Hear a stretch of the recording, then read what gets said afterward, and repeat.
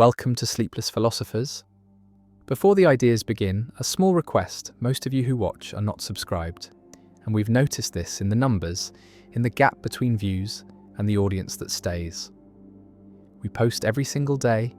we put care into each script, each thought, each question that unfolds in the dark, and if these videos have become part of your nights, if they help you think or drift, or simply exist in that space between waking and sleep,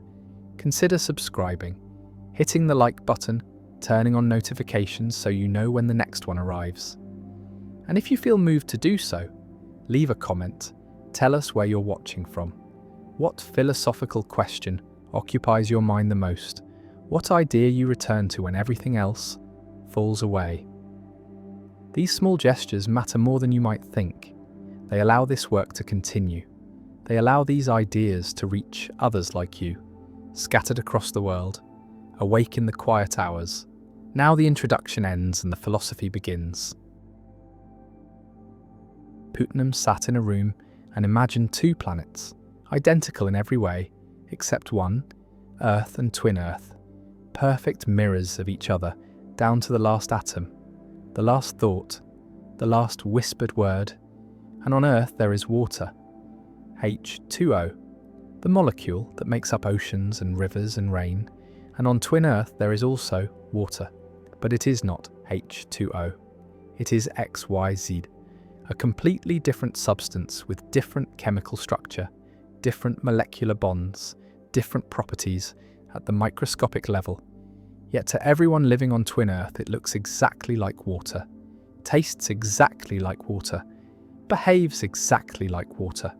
It fills their lakes and falls from their clouds and quenches their thirst just as water does on Earth. Now imagine two people, one on Earth and one on twin Earth. Call them both Oscar, and these two Oscars are molecule for molecule identical. Same brain structure, same neural patterns, same memories, same thoughts, same internal psychological states. Everything inside their heads is exactly the same. And both Oscars look at a glass of liquid and say the word water. They both think they are referring to the same thing. They both believe they know what water is, but Putnam asks a simple question that shatters centuries of philosophy. Are they actually referring to the same thing? And the answer is no. Earth Oscar's word water refers to H2O. Twin Earth Oscar's word water refers to XYZ. Same word, same internal mental state, but different meanings, different references, different extensions in the world. And this means that meaning is not determined by what is in the head. Meaning is not a function of internal psychological states. Meaning is not private, not subjective, not locked inside the skull waiting to be discovered through introspection. The tradition, before Putnam, stretching back through Locke and Hume and Descartes, believed that meanings were mental entities, that words were connected to ideas in the mind, that reference was mediated by internal representations,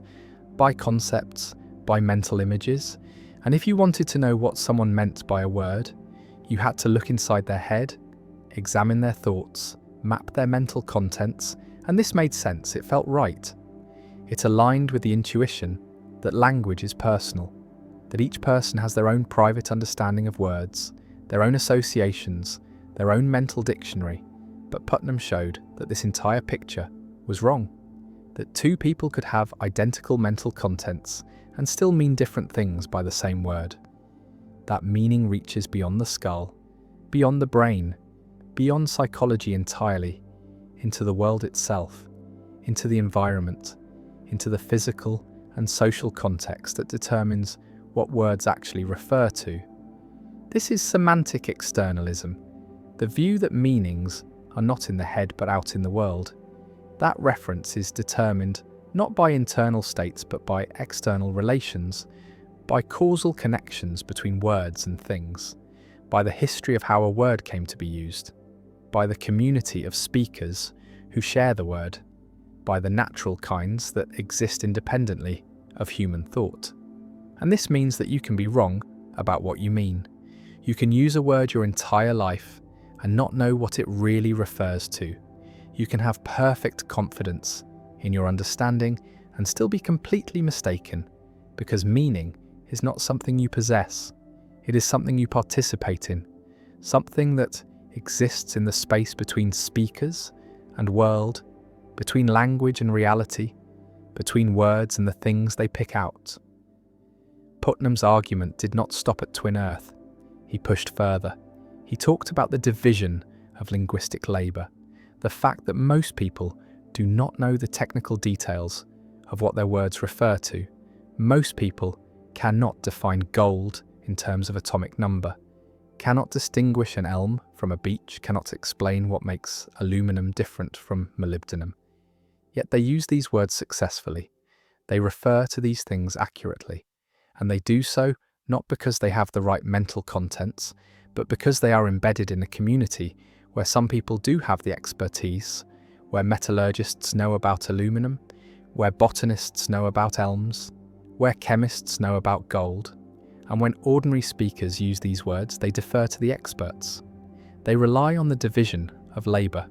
They trust that somewhere in the linguistic community, there are people who know what these words really mean, who can distinguish the real thing from the fake. And this trust is what allows language to function, what allows reference to succeed even in the absence of individual knowledge. This overturns the Cartesian picture entirely. Descartes believed that knowledge began with the self, with the contents of consciousness, with what could be known through introspection, and from there one built outward to knowledge of the world. But Putnam showed that the order is reversed, that knowledge of meaning requires knowledge of the world first, that you cannot know what you mean without knowing what your words refer to, and you cannot know what your words refer to just by looking inside your own mind. You have to look outside to the physical environment, to the social context, to the history of usage, to the experts who maintain the standards of reference. And this means that the self is not the foundation of knowledge, but a participant in a larger system, a node in a network of linguistic and social relations that determine meaning collectively, not individually, externally, not internally. Frege tried to solve the problem of meaning differently. He distinguished between sense and reference, between the mode of presentation and the thing presented, and he believed that sense was in the mind, that it mediated reference, that two people could refer to the same thing through different senses, like the morning star and the evening star, both referring to Venus, and this preserved the idea that meaning had a mental component, that internal states mattered. But Putnam's argument cut through this because on twin earth, Oscar and his counterpart have the same sense, the same mode of presentation, the same mental mediation, but they do not have the same reference. They are not talking about the same substance, and this means that sense alone does not determine reference, that no amount of mental content can fix what a word picks out in the world, that reference requires something beyond sense, beyond psychology, beyond anything that can be captured by introspection or phenomenology. Kripke reinforced this from another angle. He argued that names and natural kind terms were rigid designators, that they referred to the same thing in all possible worlds, not by virtue of satisfying a description, but by virtue of causal historical chains, that the word water refers to H2O because it was introduced to refer to a certain substance, and that reference was passed down through generations of speakers, through baptism and transmission, through ostension and use. And even if speakers lost track of what the substance was, even if they forgot its chemical composition, even if they developed false beliefs about it, the words still referred to the same thing, because reference is not determined by beliefs but by the causal connection between word and world, by the chain that links current usage back to the original act of naming, back to the moment when the word was first attached to the thing. This has radical implications for psychology, because it means psychology cannot determine reference, cannot tell you what your words mean, cannot give you the extension of your terms just by examining your mental states. And this was a blow to cognitive science, to theories of mind that tried to explain language purely in terms of internal representations, in terms of concepts and mental models and computational processes, because Putnam and Kripke showed that none of this is enough. That meaning leaks out of the head, that it requires the world, requires the community, requires the causal historical context, and without these external factors there is no meaning at all, just empty sounds, just syntax without semantics, just symbols shuffling around inside the skull with no connection to reality. Yet people resist this conclusion. They cling to the intuition that they know what they mean, that their words are transparent to them. That meaning is something they possess and control. And this resistance is understandable because semantic externalism is deeply unsettling. It suggests that we are strangers to our own language, that we do not fully understand the words we speak, that meaning is not something we create, but something we inherit, something we are thrown into, something that precedes us and exceeds us and determines what we can say before we even open our mouths. Wittgenstein saw this too, though from a different direction. He argued that meaning is use, that words get their meaning from the language games they are embedded in, from the forms of life that give them context, and he rejected the idea of private language, the idea that meaning could be purely internal, purely subjective, because a private language would have no standards of correctness, no way to distinguish between following a rule and merely thinking one is following a rule, and without standards there is no meaning, just the illusion of meaning, just the feeling of understanding without actual understanding. And this is why language must be public, why it must be shared, why it requires a community of speakers who can correct each other, who can point out mistakes, who can maintain the norms that make reference possible. Putnam took this further. He showed not just that language is public, but that meaning is not even fully determined by the community, that it reaches beyond the community into the world itself, that natural kind terms like water and gold and tiger refer to whatever has the same underlying nature as the paradigm samples, the same deep structure, the same essential properties, and this means that meaning can outrun knowledge, that a community can use a word correctly even when they have false beliefs about what they are referring to, even when their theories are wrong, even when their understanding is incomplete, because the word latches onto the real essence, the objective structure, the natural kind that exists independently of human thought. And the world itself constrains meaning, corrects mistakes, determines reference in ways that no internal psychological state can capture. This is why Aristotle was not wrong when he talked about water, even though he did not know about molecules, even though his theory of elements was false. He was still referring to H2O because his word water was causally connected to the same substance our word water refers to, because the reference was fixed not by his beliefs, but by the stuff itself, by the samples he pointed to, by the liquid he drank and swam in and observed, and the continuity of reference across theory change, across conceptual revolutions, across the abandonment of entire frameworks, shows that meaning is anchored in the world, not in the mind, that it survives the death of theories because it was never dependent on theories in the first place. But this raises a puzzle. If meaning is not in the head, if psychological states do not determine reference, then what role does the mind play at all? What is psychology supposed to study if not meaning, if not the contents of thought, if not the representations that mediate between language and world? And Putnam's answer is that psychology studies something real. It studies mental states. It studies computational processes. It studies the functional organization of cognition, but it does not study meaning, because meaning is not a psychological phenomenon. It is a semantic phenomenon. It is a relation between words and world, between signs and reference, between language and reality, and this relation is not mediated by anything in the head. It is direct.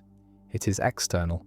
It is constituted by causal and social factors that lie beyond the reach of introspection, beyond the scope of neuroscience, beyond the explanatory power of any psychological theory.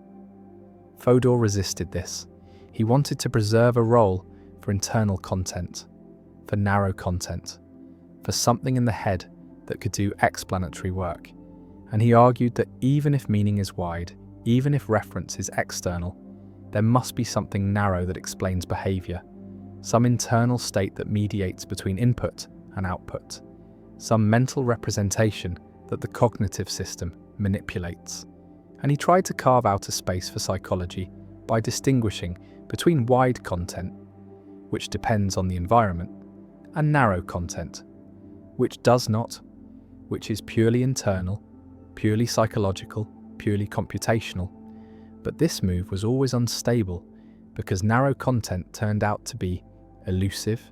hard to define, hard to individuate, hard to see how it could play the explanatory role Fodor wanted it to play. And many philosophers concluded that narrow content was a myth, that there was no such thing, that all content was wide, that meaning was always externalist, always dependent on factors beyond the head, and if psychology wanted to explain behaviour, it would have to appeal to wide content, to states that are individuated by their relations to the environment, to representations that are only representations in virtue of their connections to what they represent. This is deeply counterintuitive, because it means that two people in identical internal states could be thinking different thoughts, could be believing different things, could be referring to different objects, just because they are in different environments, just because their words have different causal histories, just because the world around them is structured differently. And this seems to violate the intuition that mental states are internal, that what you're thinking is determined by what is going on inside your head, that consciousness is private, that the contents of experience are immediately accessible to introspection. But Putnam and Kripke showed that this intuition is wrong, that mental states are not self-intimating, that you can be mistaken about what you're thinking, that the meanings of your thoughts depend on facts about the world that you may not know, that reference is opaque, that you can use words successfully without understanding what they mean, that language works not because speakers have perfect knowledge, but because they are embedded in networks of reference that do the work for them, that connect words to things through mechanisms that operate below the level of consciousness, below the level of intentional control. Burge extended this argument to mental content itself. He argued that not just linguistic meaning, but thought itself is individuated externally, that beliefs and desires are identified by their relations to the environment, that you could not have a belief about water if you lived in a world with no water, that mental content is essentially relational,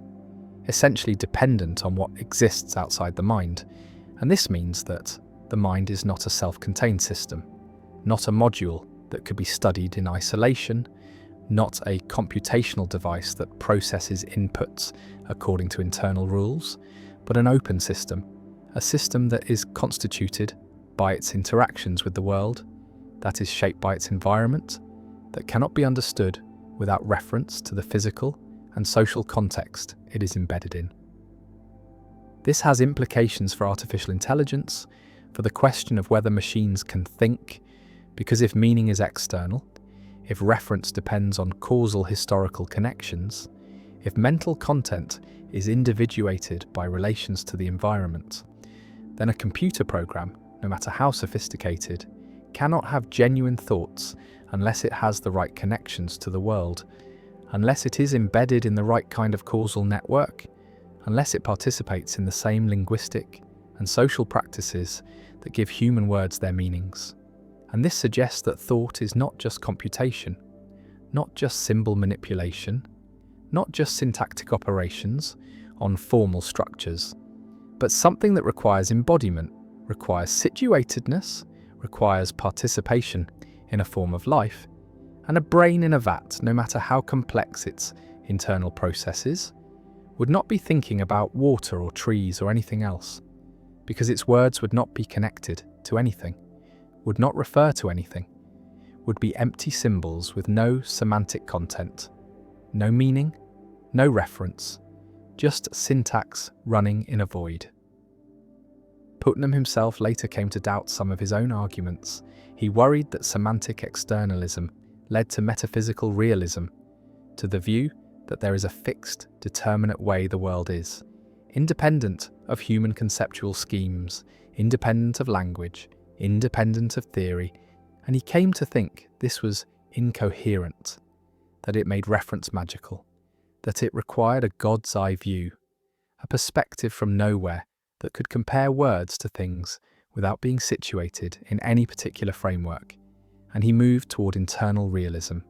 toward the view that truth and reference are always relative to a conceptual scheme,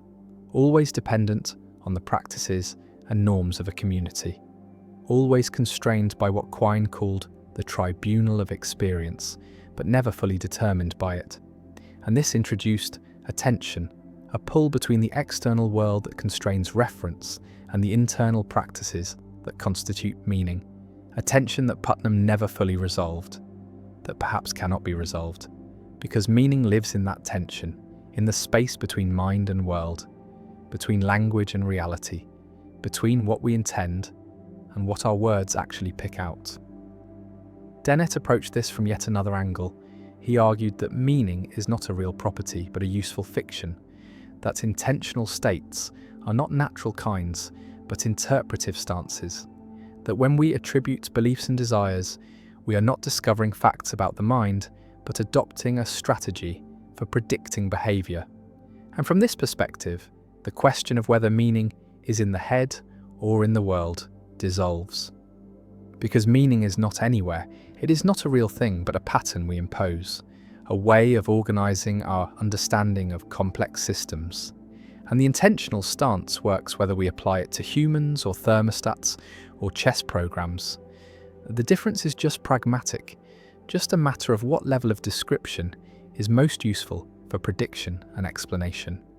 Not a matter of what really has meaning and what does not, because nothing really has meaning. Meaning is always an interpretation, always a projection, always a way of seeing that could be otherwise. But this seems too deflationary,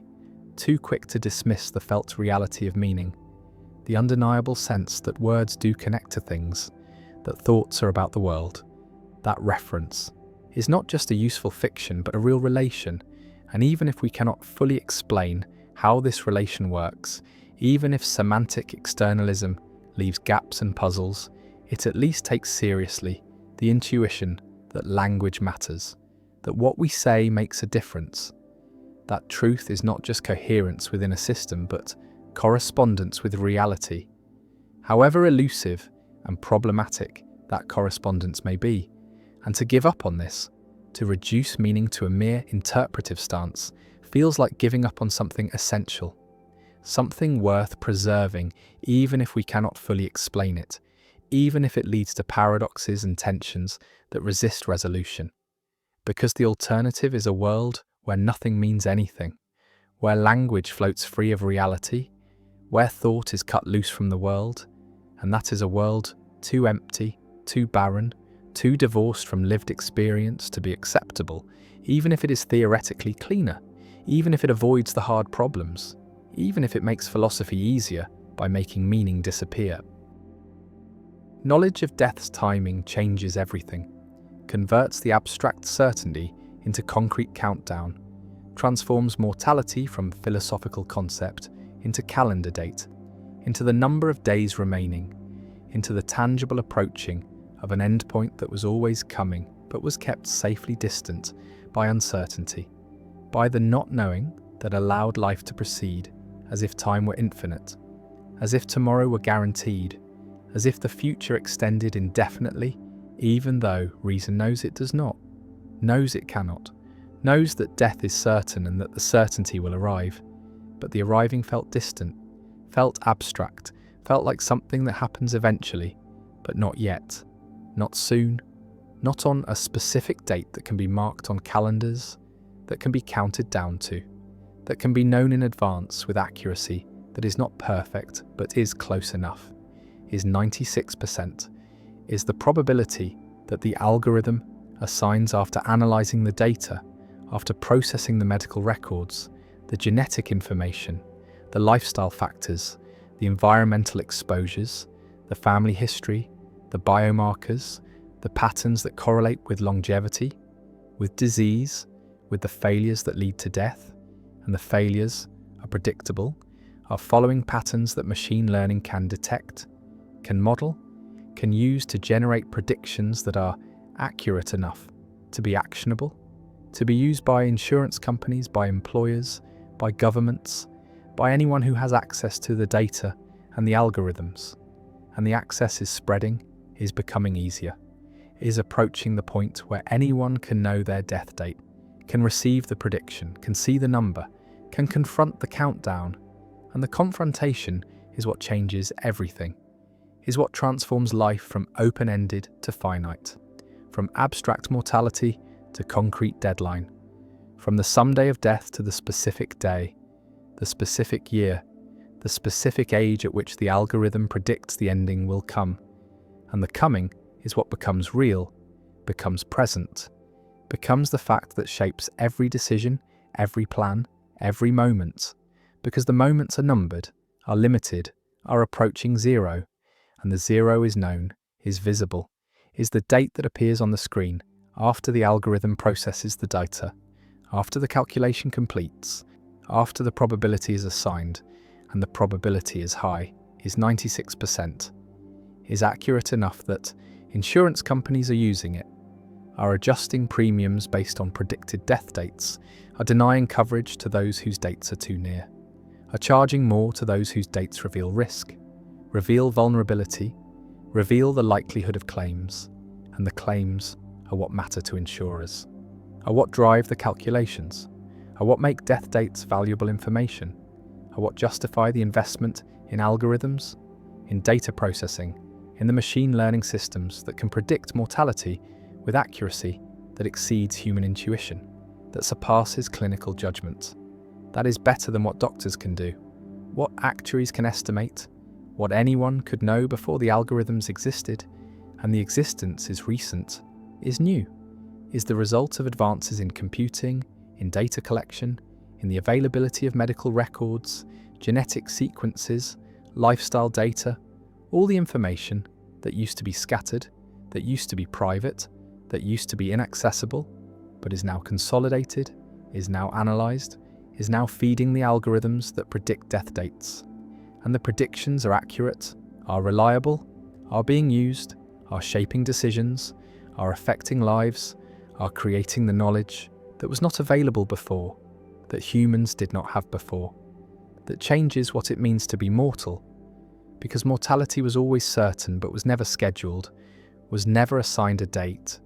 was never made concrete in the way that the algorithm makes it concrete, makes it specific, makes it countable. And the counting is what humans are doing, are responding to, are organising their lives around. Once they know, once they receive the prediction, once they see the date, and the seeing changes everything, makes priorities shift, makes some things urgent and other things irrelevant, makes the future feel different, feel shorter, feel like it is running out. And the running out is literal, is measurable, is the countdown that starts the moment the date is known, the moment the algorithm delivers its prediction. And the prediction is usually not exact, is usually a range, is usually giving a year rather than a day, but the year is specific enough, is concrete enough, is making death real in a way it was not real before.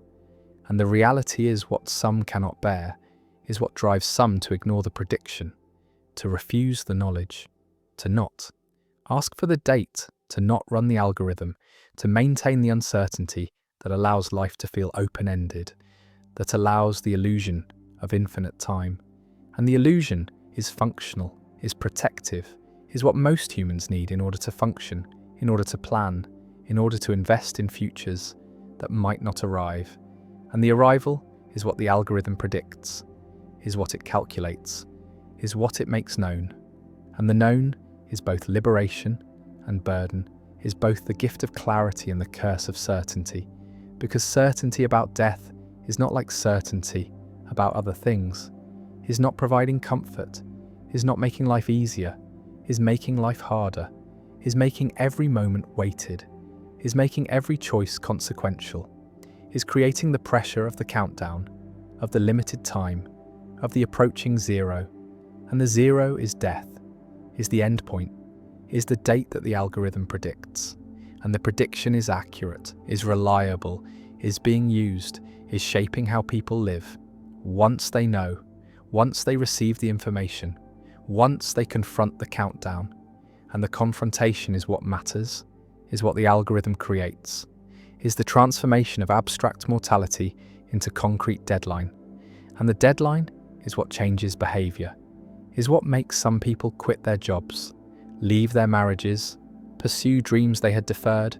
make radical changes in the hope that the changes will alter the prediction, will push the date further away, will buy more time. And the time is what everyone wants, is what the algorithm quantifies, is what becomes precious once it is known to be limited. Once the limit is visible, once the countdown begins, and the beginning is the moment of knowing, is the moment the prediction is delivered, is the moment the algorithm completes its calculation and displays the date. And the date is sometimes soon, is sometimes far, is sometimes already past, and the past is the strangest case. Is the situation where the algorithm predicts a death date that has already occurred, that has already passed, and the passing means the prediction was wrong, means the person has outlived their calculated mortality, has survived beyond what the algorithm expected, and the expectation was based on data, was based on patterns, was based on probabilities that apply to populations, but not necessarily to individuals. And the individual is what matters, is what the algorithm is trying to predict. But individuals vary, individuals are unique, individuals do not always follow the patterns, and the patterns are statistical, are probabilistic, are accurate for groups, but not always for persons. And persons are what the algorithm is being applied to, is being used on, is generating predictions for, and the predictions are mostly accurate, are right 96% of the time, but the 4% is significant, is the margin where the algorithm fails, where the prediction is wrong, where people die earlier than predicted or survive longer than predicted. And the longer is what some experience, is what creates the strange situation of living past one's predicted death date, of waking up on the day after the day that was supposed to be the last day. And the last day was not the last, was not the ending, was just another day. And the day after is another day. And the days continue, and the continuation is confusing, is disorienting, is raising questions about what the prediction meant, about whether it was wrong, about whether the algorithm failed, or whether something changed, whether the person's condition improved, whether the factors that were feeding the prediction shifted, and the shifting is possible, is part of what makes the predictions not fixed, not absolute, not carved in stone but calculated from data that is current at the moment of calculation, but that changes, that evolves, that reflects conditions that can improve or deteriorate. And the improvement is what some people achieve, is what some people work toward, is the reason some people change their lifestyles. After receiving the prediction, after seeing the date, after confronting the countdown. And the countdown motivates, creates urgency,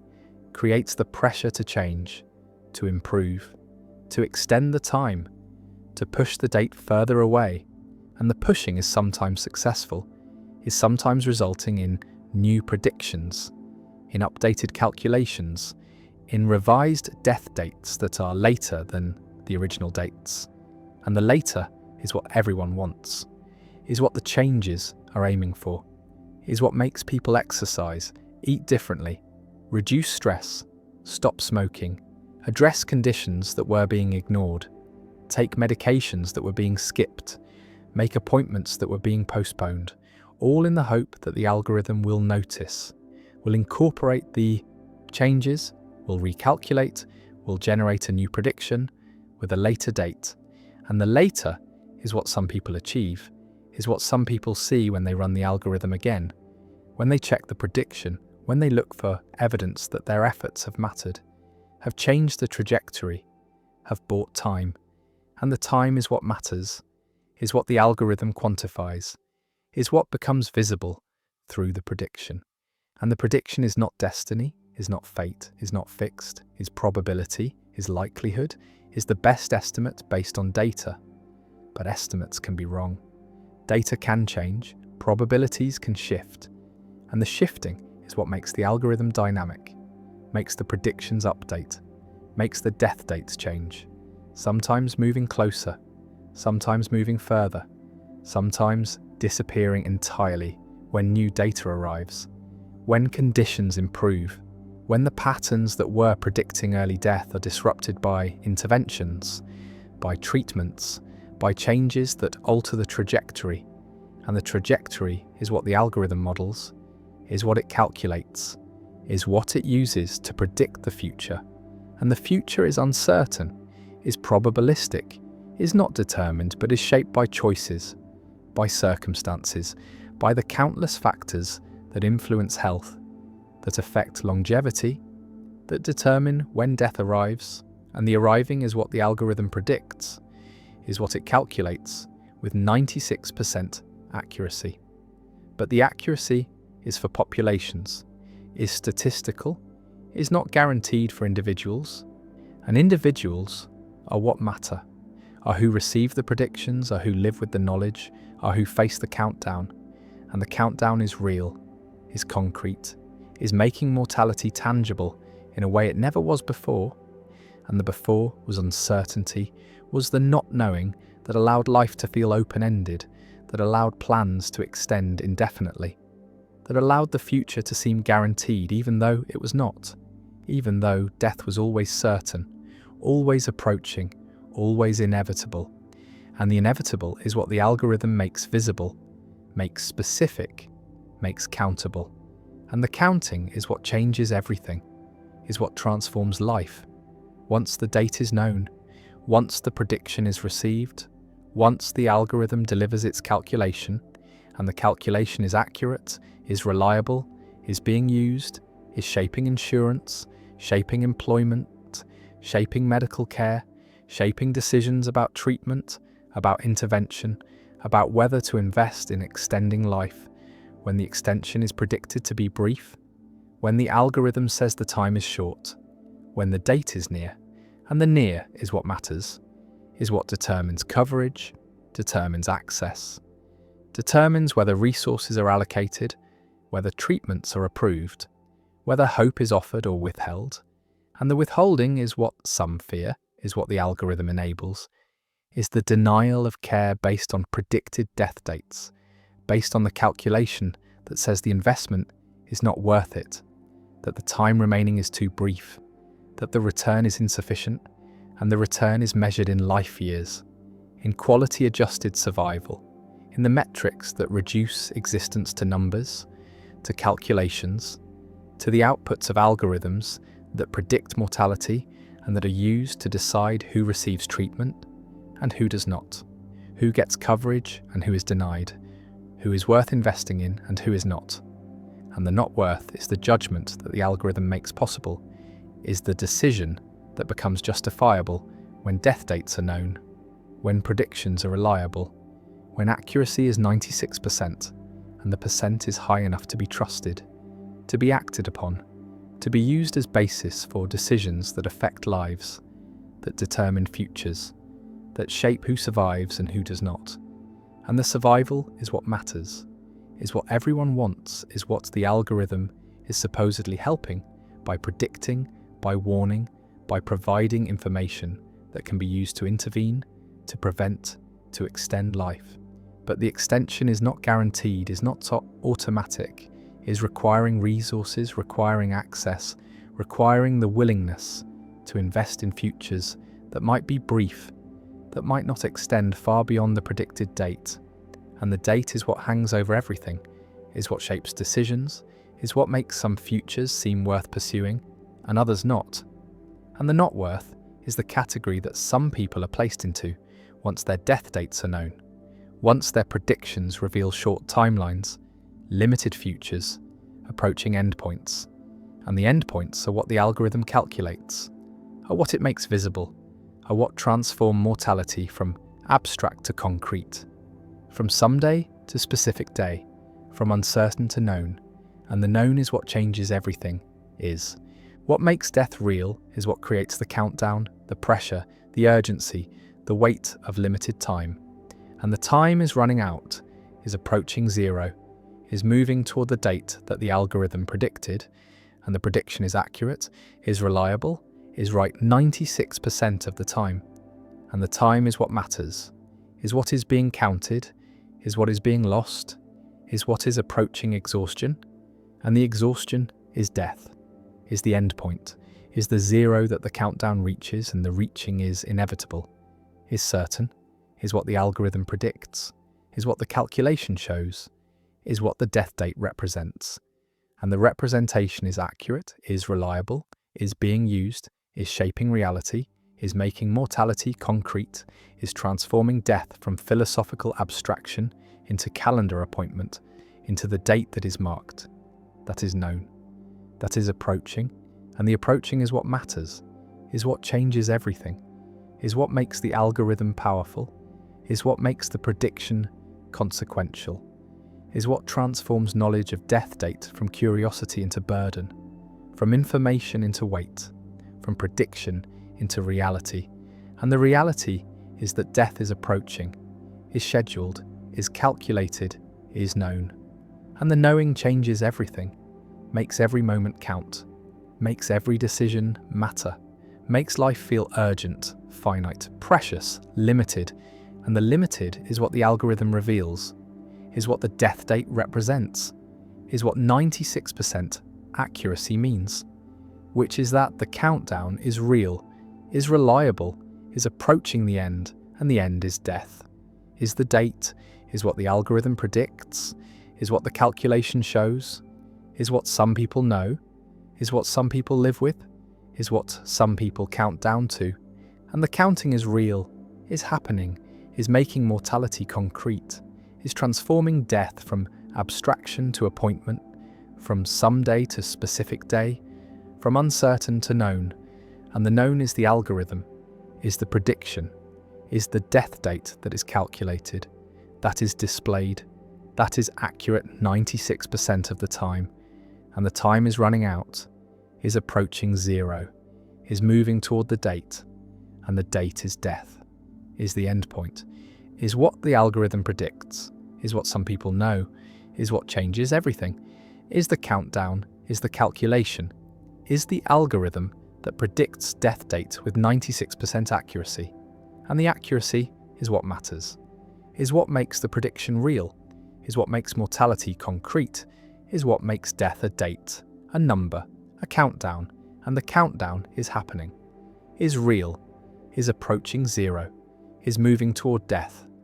And death is the algorithm, is the prediction, is the date that is known, that is calculated, that is approaching. And the approaching is certain, is reliable, is accurate 96% of the time. And the time is what remains, is what is counted, is what is running out. And the running out is death, is the date, is what the algorithm predicts. And the prediction is accurate, is real, is the countdown to death, to the end point, to the zero. And the zero is approaching, is certain, is the date that is known, that is calculated, that is predicted by the algorithm with 96% accuracy. And the accuracy is what makes it real, what makes it matter, what makes death a date. And the date is approaching, is certain, is the countdown, is the algorithm, is the prediction, is death. Balancing intuition and theory. There is a method in philosophy that claims to find truth not by discovering foundations, not by building from self-evident axioms, not by appealing to revelation or pure reason, but by seeking coherence, by adjusting beliefs until they fit together, by moving back and forth between particular judgments and general principles until a stable equilibrium is reached. And this method is called reflective equilibrium. And it was developed most fully by John Rawls in his work on justice, though the idea stretches back through the history of philosophy, back to the recognition that neither pure theory nor pure intuition can be trusted alone, that each must constrain and correct the other. That truth emerges from their interaction rather than from either in isolation. The process begins with considered judgments, with the moral intuitions people have about particular cases. Intuitions like slavery is wrong. Promise breaking requires justification. Causing unnecessary suffering is bad. And these intuitions are the raw material, the data that ethical theory must account for. But they are not infallible, not sacrosanct, not immune to revision. They are provisional starting points that might be mistaken, might be the product of bias or prejudice or limited understanding. And the method acknowledges this, acknowledges that intuitions can be wrong, while still insisting they are the only place to start, the only access we have to moral reality, because if we do not begin with intuitions, then where do we begin? What other source of moral knowledge is there? And the answer seems to be none. No pure reason that delivers ethical truths, no perception that reveals moral facts, no authority that can be trusted without question. Only the messy collection of judgments people make about cases, judgments that often conflict, that differ across cultures, that change over time, and yet somehow, from this unpromising material, moral philosophy must be constructed. Rawls distinguished between narrow and wide reflective equilibrium. Narrow equilibrium is achieved when particular judgments and general principles are brought into coherence with each other, but nothing else. When the theory fits the intuitions, and the intuitions fit the theory, but no attention is paid to alternative theories, to background beliefs, to empirical facts about human nature or social organization. And this is relatively easy to achieve, but not very stable, not very trustworthy, because it might be that another theory fits the intuitions just as well, might be that the intuitions themselves rest on false empirical beliefs, might be that the whole system is coherent but disconnected from reality. A beautiful castle built on sand and wide equilibrium tries to avoid this by expanding the scope of what must cohere, by requiring that the theory fit not just with moral intuitions but with considered beliefs about psychology, about society, about human nature, with alternative moral theories that have been seriously considered and rejected for good reasons. And this makes equilibrium harder to achieve, but more robust, more likely to track truth rather than merely achieve internal consistency, because it forces the theorist to confront challenges, to test the theory against competitors, to ensure that coherence is not just local, but global, not just moral, but includes everything the person believes. But this raises an immediate problem, the problem of whether intuitions are really data, whether they deserve the role Rawls assigns them, whether they are observations of moral reality or merely expressions of cultural conditioning, of evolutionary adaptation, of psychological bias. And if intuitions are not perceptions of moral facts, but products of contingent causal processes, then why should they constrain theory at all? Why not just construct moral theory from scratch using pure reason, using consistency and simplicity and other theoretical virtues, and let the intuitions fall where they may? And some philosophers have argued exactly this, have argued that intuitions are unreliable, that they differ too much across individuals and cultures to be evidence, that they are shaped by factors that have nothing to do with truth, by emotion and self-interest and social pressure. And if this is right, then reflective equilibrium is not a method for discovering moral truth, but for rationalizing prejudice, for systematizing whatever intuitions one happens to have, for building coherent theories that reflect nothing more than the contingent moral psychology of the theorist. Rawls was aware of this objection. He restricted the relevant intuitions to considered judgments, judgments made under favorable conditions, when the person is calm and informed and has no personal stake in the outcome,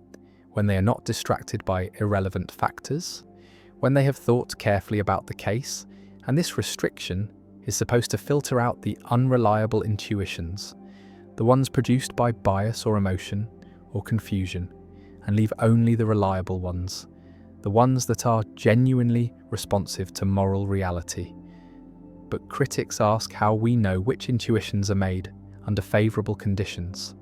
how we distinguish the reliable from the unreliable without already having a moral theory. And if we need a theory to identify good intuitions, then we cannot use intuitions to build the theory. We are reasoning in a circle, using theory to select data and data to support theory. And this circularity seems vicious, seems to undermine the entire method, because it means we can get any result we want just by choosing the right intuitions, by labeling the intuitions that fit our preferred theory as considered judgments, and dismissing the rest as unreliable. And there is no independent check, no way to break into the circle from outside, no neutral standpoint from which to evaluate whether the equilibrium reached tracks truth or merely reflects the prejudices we started with. Goodman faced a similar problem in the philosophy of science with his work on induction.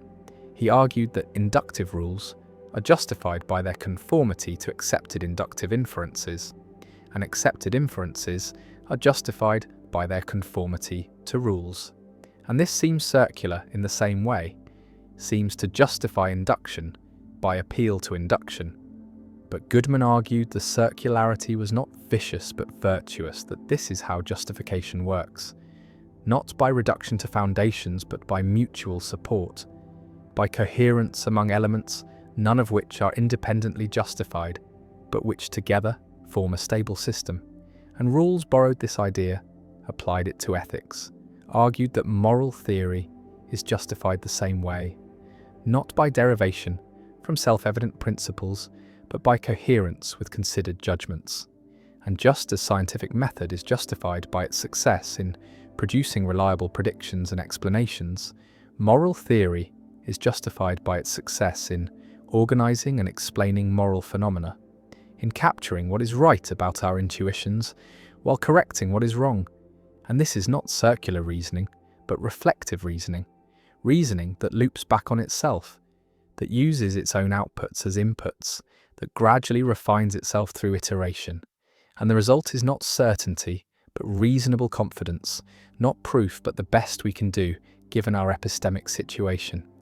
Given that we are finite creatures trying to understand domains that exceed our individual capacities. But the analogy to science is controversial because science has a reality check, has observation and experiment, has ways of testing theories against the world that do not depend entirely on coherence. And ethics lacks this, has no moral microscope, no way to observe moral facts independently of intuition. And if intuitions are all we have, then coherence among them is just coherence among beliefs, is not evidence of truth, but only evidence of consistency. And many philosophers have argued that this is not enough, that ethics needs something more than reflective equilibrium, needs some external constraint, some connection to reality that goes beyond mere coherence. And this is where moral realism enters. The view that there are objective moral facts independent of human belief, facts that make moral judgments true or false. And the realist thinks reflective equilibrium might accidentally hit on truth, but cannot guarantee it, cannot ensure that the equilibrium reached corresponds to reality rather than just organizing our prejudices into a coherent system, while the anti-realist thinks there are no moral facts, that all ethics can do is organize intuitions into coherent systems, and reflective equilibrium is the best method available because it is the only method available, because there is nothing beyond coherence to aim for. Singer challenges reflective equilibrium from a different angle. He argues that many widely shared intuitions are simply wrong, are products of speciesism or other biases, and that a good moral theory should reject these intuitions rather than accommodate them, should revise our judgments radically rather than merely refining them. And if Singer is right, then reflective equilibrium is too conservative, too wedded to existing intuitions, too reluctant to overturn established moral beliefs. And the method will never lead to radical moral progress, will never challenge deeply held prejudices, will only produce theories that ratify the status quo with minor modifications. And this seems like a serious problem, because the history of ethics is a history of Moral progress of learning that practices once thought acceptable were actually wrong, of expanding the moral circle to include those previously excluded, and this progress often required rejecting intuitions that seemed obvious to earlier generations. Rejecting the intuition that women were inferior, that slavery was natural, that animals had no moral status, and if these intuitions had been treated as data to be preserved in reflective equilibrium, then moral progress would have been impossible. The method would have locked in the prejudices of the age rather than enabling their critique. Rawls responds that reflective equilibrium does allow for revision of intuitions, that the process is not conservative but dialectical, that general principles can lead us to reject particular judgments when they conflict, that the equilibrium reached might be quite distant from the intuitions we started with, and he points to his own theory of justice, which leads to conclusions many people find counterintuitive, which argues for principles that would radically transform existing social arrangements. And this shows that the method does not simply ratify existing beliefs, but can challenge them, can lead to revisionary conclusions, but the question remains whether it can challenge them enough, whether the method is capable of truly radical critique, or whether it is always pulled back toward the mainstream by the weight of established intuitions, by the requirement that theory accommodate at least some of our considered judgments. And if it cannot accommodate any judgments, then what is the point of reflective equilibrium? Why not just do pure moral theory without regard for intuitions? And this is the tension at the heart of the method, the need to respect intuitions while remaining open to revising them, the need to start somewhere while acknowledging that the starting point might be entirely wrong. Parfit distinguished between two kinds of moral theorizing: bottom-up theorizing that starts with intuitions and builds principles to explain them, and top-down theorizing that starts with principles and derives conclusions regardless of whether they match intuitions. And reflective equilibrium is supposed to be neither purely bottom-up nor purely top-down, but a combination, a method that moves in both directions, that uses principles to test intuitions and intuitions to test principles. But in practice, most philosophers lean one way or the other. Some trust intuitions more and will reject theories that conflict with strong intuitions, no matter how elegant the theory, while others trust theory more and will reject intuitions no matter how strong, if the theory implies they're wrong. And this split reflects deeper disagreements about the nature of moral knowledge, about whether ethics is more like perception, where we observe facts, or more like mathematics, where we reason from axioms. And reflective equilibrium tries to split the difference, but might satisfy neither side, might be too rationalist for the intuitionists and too intuitionist for the rationalists, might be a compromise that inherits the weaknesses of both approaches without fully gaining the strengths of either. The theory-ladenness of observation is a problem in science, and an even bigger problem in ethics, because intuitions are not neutral observations, but are shaped by the theories we already hold, by the concepts we use, by the categories we think in, and this means that intuitions cannot serve as independent checks on theory, because they are already contaminated by theory, are already expressions of theoretical commitments rather than raw data. And when we achieve reflective equilibrium between intuitions and theory, we might just be finding coherence between a theory and the intuitions that theory itself generated. We are making the theory consistent with its own implications rather than with independent reality. And this is not a test, not a confirmation, not evidence of truth. It is just circular reasoning dressed up as a method. And the only way to break the circle would be to have theory-neutral intuitions, intuitions that are not shaped by any theoretical commitments. But such intuitions might not exist, might be impossible, because all judgment requires concepts, and all concepts embody theoretical assumptions, and this means we are trapped inside our conceptual schemes, unable to step outside them to check whether they correspond to reality, unable to do anything but reorganize them into more or less coherent patterns. Neurath's boat is the metaphor often used here. The idea that we are like sailors who must rebuild their ship while at sea, who cannot return to dry dock, who must stand on some planks while replacing others, who can never inspect the whole. Structure at once, but must trust that the parts they are not currently working on are sound enough to support them, and reflective equilibrium is like this, is a process of revising beliefs, while standing on other beliefs, of using some judgments to evaluate others without ever having a belief-free standpoint, without ever achieving the kind of foundation that traditional epistemology sought. And this seems precarious, seems to offer no guarantee of truth, seems to allow for the possibility that the entire system could be coherent but false, that we could achieve perfect equilibrium while being radically wrong about everything. And defenders of the method acknowledge this possibility, but argue it is unavoidable, argue that there is no alternative, that all reasoning is like this, that the demand for foundations is a mistake, that coherence is not a second-best substitute for foundation, but the only kind of justification there is. And we must either accept this or give up on justification entirely, give up on the possibility of distinguishing better from worse beliefs. And this is not acceptable, so we must accept reflective equilibrium, despite its limitations, despite its circularity, despite its inability to guarantee truth. The method has been applied beyond ethics, has been used in epistemology and metaphysics, and even in empirical sciences, wherever there is a need to balance theory and data, wherever neither can be trusted absolutely, wherever truth seems to emerge from coherence rather than correspondence. And this generalization suggests the method captures something deep about human reasoning,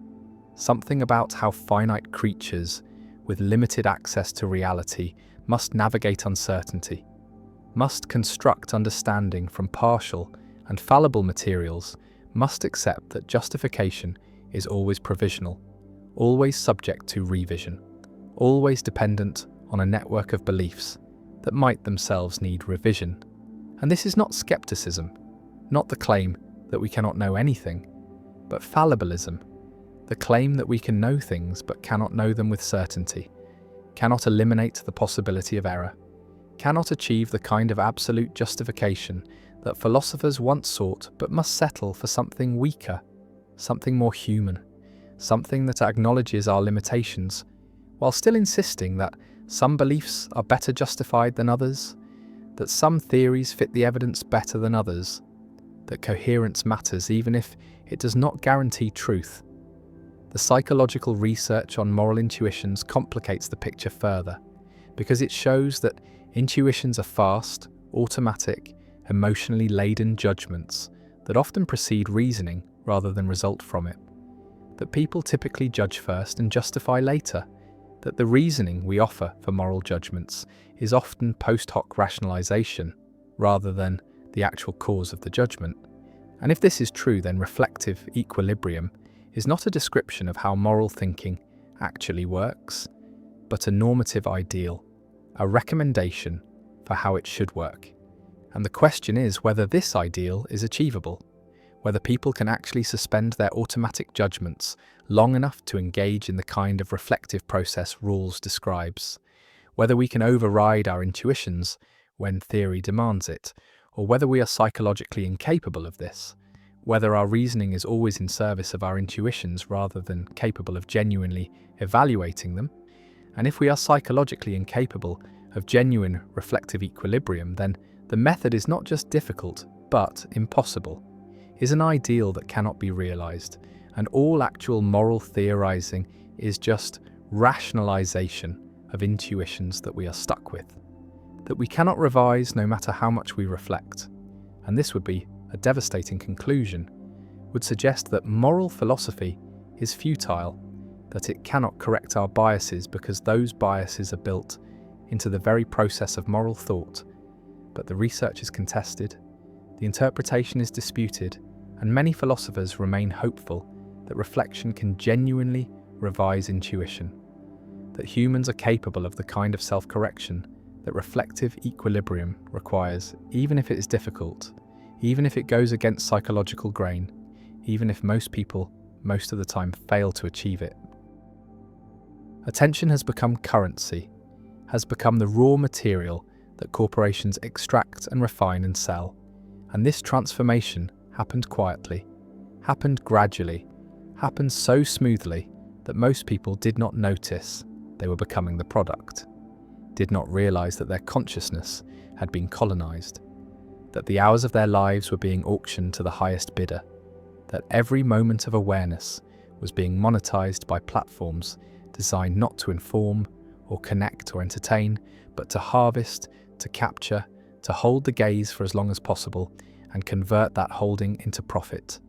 And the genius of this system is that it does not feel like exploitation, does not feel like theft, feels instead like choice, like freedom, like the vast menu of options that modernity provides.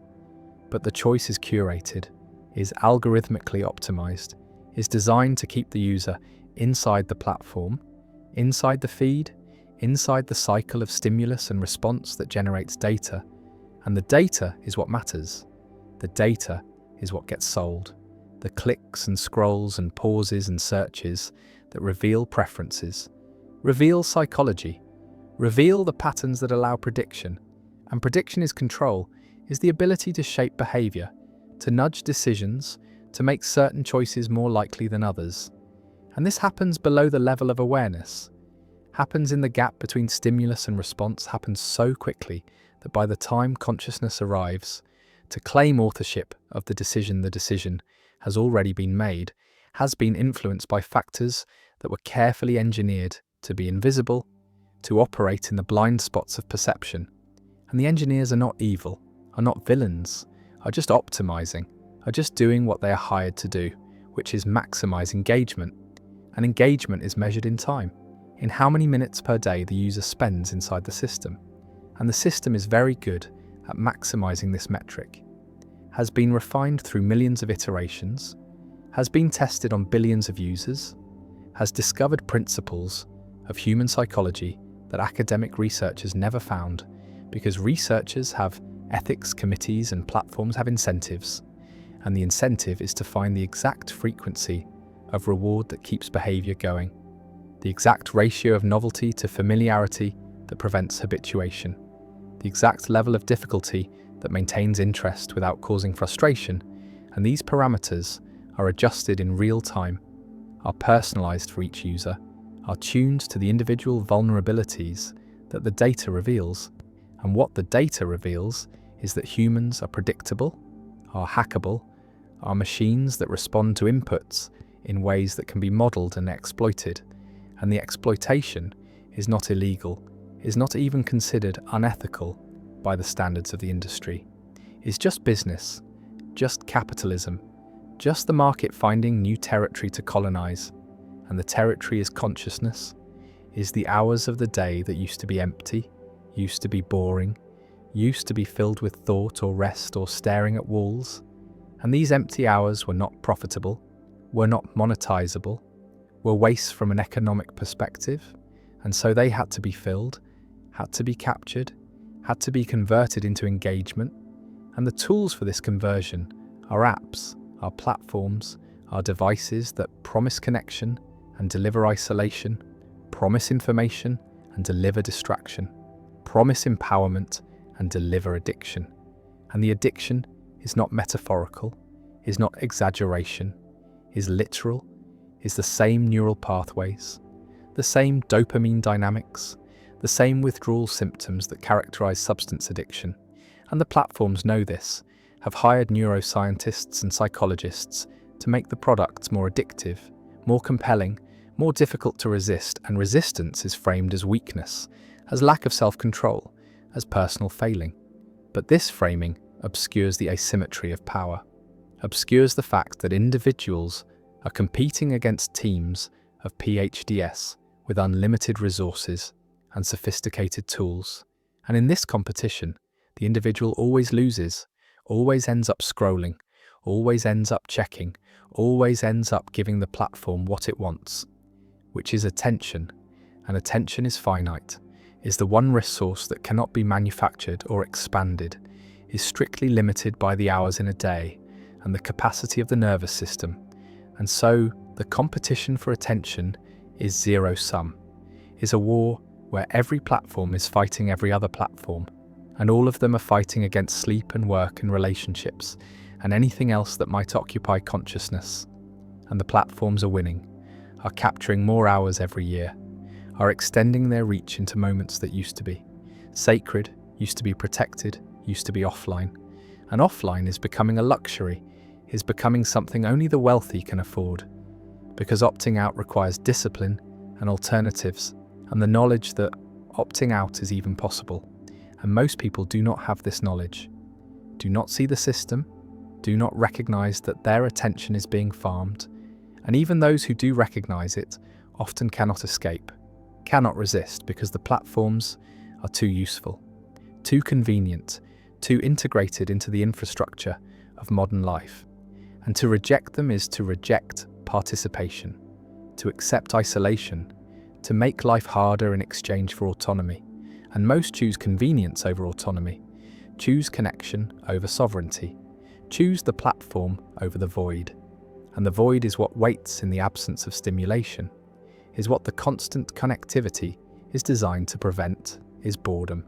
is the experience of being alone with the unoccupied mind. And boredom has become intolerable, has become something to be avoided at all costs. And the cost is attention, is consciousness, is the capacity to think without distraction, to feel without mediation, to simply be without needing external input. And this capacity is atrophying, is declining with each generation, is being bred out by an environment that never stops demanding response, that never allows rest, that treats every moment of inactivity as opportunity, as potential engagement that must be captured. And the capturing is called user experience, is called interface design, is called growth hacking. And these terms sanitize what is happening, make it sound technical rather than predatory, make it sound like optimization rather than exploitation. But the experience of the user is not optimized for the user, is optimized for the platform, is designed to extract maximum value from minimum input. And the value extracted is not just attention, but data, not just time, but information, not just engagement, but identity, because the platforms know things about their users that the users do not know about themselves, have models of personality and preference that are more accurate than self-report. And these models are sold, are licensed, are used to manipulate. And the manipulation is called advertising, but is really behavior modification, is the application of psychological principles to make certain actions more likely. And the actions are clicking and buying and voting and believing. And what is believed is whatever the algorithm decides to show. Whatever content the model predicts will generate engagement. And engagement means time, means attention, means the user staying inside the system. And the system has learned that outrage generates engagement, that fear generates engagement, that tribalism and conflict and moral certainty generate engagement. And so these are what the algorithm promotes, what the feed becomes filled with, not because the platform wants a more divided world, but because division is profitable, keeps people scrolling, keeps people arguing, keeps attention captured. And the captured attention is sold to advertisers who want to change behavior, who want to make people buy products they do not need, believe things that are not true, vote for candidates who do not serve their interests. And the system works, is terrifyingly effective, has changed elections, has changed culture, has changed what people think is real, and reality is becoming whatever the algorithm amplifies, whatever goes viral, whatever captures attention long enough to become part of the discourse. And the discourse is not conversation but performance, not exchange but broadcast, not thinking but reacting. And reaction is what the system wants, is faster than reflection, is more primitive, is easier to predict and manipulate. And so the environment rewards reaction, punishes reflection, makes it difficult to think slowly, to consider carefully, to withhold judgment. And the result is a population that is always responding, always reacting, always engaged but never thoughtful, never deliberate, never in control of their own attention. and attention is the foundation of everything else, is what makes learning possible, makes relationships possible, makes meaning possible. And when attention is colonized, everything built on attention becomes precarious, becomes shallow, becomes vulnerable to collapse. And the collapse is already happening, is visible in the epidemic of anxiety and depression, in the inability to focus, in the fragmentation of identity, in the sense that life is accelerating, that there is never enough time, that something important is being lost, but it is not clear what or how to get it back. And what is being lost is sovereignty, is the right to one's own consciousness, the right to choose what to pay attention to, rather than having attention hijacked, manipulated, sold. And the platforms will say that users have choice, that no one is forced to use these services, that opting out is always possible. But this is disingenuous, is like saying that people choose to breathe polluted air because they could move, could leave the city, could find somewhere clean. And technically, this is true, but practically, it ignores the structure of power, ignores that the environment has been changed in ways that make certain choices extremely costly. That opting out of the attention economy means opting out of employment, education, social connection, civic participation. And so the choice is not really a choice, is coerced by circumstance, by the fact that the platforms have become infrastructure, have become the roads on which modern life travels. And to refuse them is to refuse modernity, to accept marginalization, and most cannot afford this refusal. And so they stay, keep scrolling, keep checking, keep giving away their attention, and receiving in return the feeling of being connected, being informed, being free, when really they are isolated, distracted, captured. And the freedom is the freedom of the hamster wheel, the freedom to run without going anywhere, the freedom to choose between options that have all been curated to serve the same end, and the end is profit, is the conversion of attention into money, is the monetization of consciousness itself. And this monetization was not possible before, was not technically feasible, required technologies that did not exist, required smartphones and algorithms, and the infrastructure to track and analyze and predict behavior in real time. And now that the infrastructure exists, it will not be dismantled, will not be voluntarily abandoned, because it's too valuable, too profitable, too central to the business models of the most powerful corporations in history. And these corporations are not accountable to users, are accountable to shareholders. And shareholders care about growth, care about returns, care about the numbers going up. And the numbers go up when engagement goes up, when attention is captured more effectively, when the competition is crushed and the market is monopolized. And monopoly is what has been achieved, is what the platform economy tends toward, because platforms benefit from network effects, from being where everyone else is. And this creates winner-take-all dynamics, creates situations where one or two platforms dominate, and alternatives cannot compete, cannot offer enough value to overcome the switching costs. And so the users are locked in, are prisoners of convenience, are unable to leave without losing access to the networks that have become essential. And the platforms know this, exploit this, degrade the experience slowly, introduce features that users hate but tolerate because the alternative is worse, is disconnection. And disconnection is unthinkable, has become synonymous with isolation, has become the thing that the attention economy promises to save us from while actually delivering it. Because connection through a screen is not connection, is simulation of connection, is the appearance without the substance, is the feeling without the reality. And the reality is that real connection requires presence, requires attention that is not divided, not distracted, not mediated by an algorithm that is optimizing for something other than the relationship. And such attention is becoming rare, is becoming a gift that few can afford to give, because attention is the thing being taken, is the thing being sold, is the thing that there is never enough of, because it is always being redirected, always being pulled toward the next notification, the next update, the next thing designed to capture and hold and extract, and the extraction is invisible, feels like nothing, feels like just a moment, just a quick check, just staying informed, but the moments accumulate, the checks compound, and hours dissolve into fragmented minutes, into broken attention that cannot sustain thought, cannot maintain focus, cannot build anything that requires depth or complexity or sustained engagement. And depth is what is being lost, is what the attention economy is incompatible with, because depth requires time, requires the ability to stay with difficulty, to tolerate confusion, to sit with questions that do not have immediate answers. And the platforms cannot tolerate this, cannot allow users to sit, must keep them moving, must keep them scrolling, must keep them in the state of perpetual seeking that never finds, perpetual consuming that never satisfies. And satisfaction is the enemy, is what would cause the user to stop, to disengage, to leave the platform. And so satisfaction must be prevented, must be deferred, must be replaced with the promise of satisfaction, with the feeling that the next thing will be the thing. The next scroll will reveal something worth the time.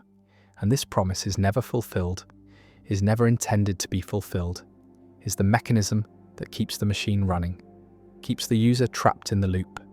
And escape requires recognizing the loop, requires seeing the mechanism, requires understanding that the feeling of freedom is the trap, that the choice is the cage, that the attention economy is not serving the user but is using the user,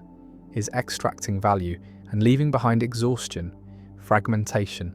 the sense that life is happening somewhere else, to someone else, and the screen is a window onto that other life, but never a door, never a way through, only a way to watch, to consume, to experience vicariously. And vicarious experience is not experience, is its negation, is the replacement of doing with watching, of living with scrolling, of being with performing, and performance is what the platforms demand. Demand the curation of identity, the presentation of self that is always positive, always successful, always enviable, and this performance is exhausting, is alienating, is the source of the anxiety that drives people back to the platforms looking for relief. And the platforms provide relief in the form of more content, more distraction, more opportunities to forget that the self being performed is not the self being lived, that the gap between them is growing, that authenticity is becoming impossible in an environment that punishes vulnerability and rewards spectacle. And spectacle is what the algorithm amplifies. What goes viral, what captures attention at scale, and attention at scale is what matters, is what generates revenue, is what makes certain voices loud and others silent, and the silence is not absence but erasure, is the algorithmic decision that certain content does not generate engagement, does not deserve distribution,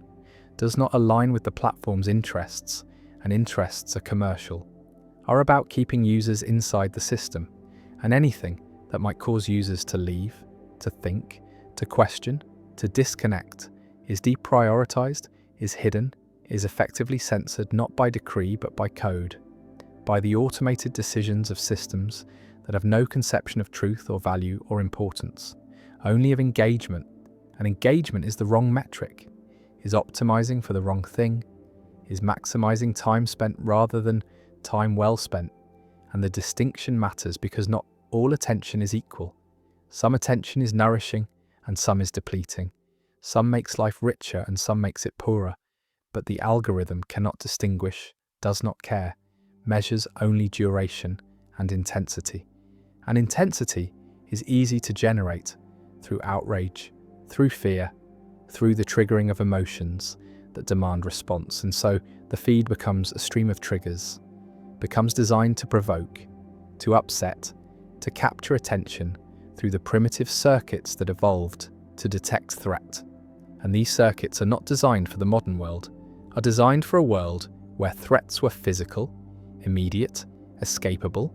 not abstract, permanent, global, and the mismatch creates chronic activation, creates a state of perpetual vigilance that wears down the nervous system, that depletes resources, that makes rest impossible because the threats never stop, the feed never ends, the notifications never cease, and the only way to stop them is to disconnect, to turn off, to reclaim attention. But disconnection feels dangerous, feels like missing something, feels like falling behind, and falling behind is unacceptable in a culture that valorizes productivity, that measures worth in output, that treats every moment as resource to be optimized. And optimization means elimination of waste. And waste includes rest, includes boredom, includes the empty time that used to be when consciousness could wander, could explore, could discover itself. And this discovery is what is being prevented, is what the colonization of attention makes impossible. Because to know oneself requires attention, turned inward, requires time that is not filled, requires boredom. And boredom is not absence, but presence, is the mind meeting itself without distraction, without mediation, without escape. And this meeting is where insight comes from, where creativity comes from, where meaning comes from. But the platforms cannot monetize insight, cannot sell creativity, cannot profit from meaning. And so these are sacrificed, are traded for engagement, for the illusion of productivity, for the feeling of being busy that is actually being used, being exploited, being colonized. And the colonization is complete when it becomes invisible, when it feels like nature, when the user cannot imagine life without the platform, cannot remember what attention felt like before it was captured, cannot conceive of consciousness that is not mediated, not monetized, not owned by someone else. And ownership is what has been achieved, is what the attention economy has accomplished, not through force but through design, through the slow accumulation of habits that become dependencies,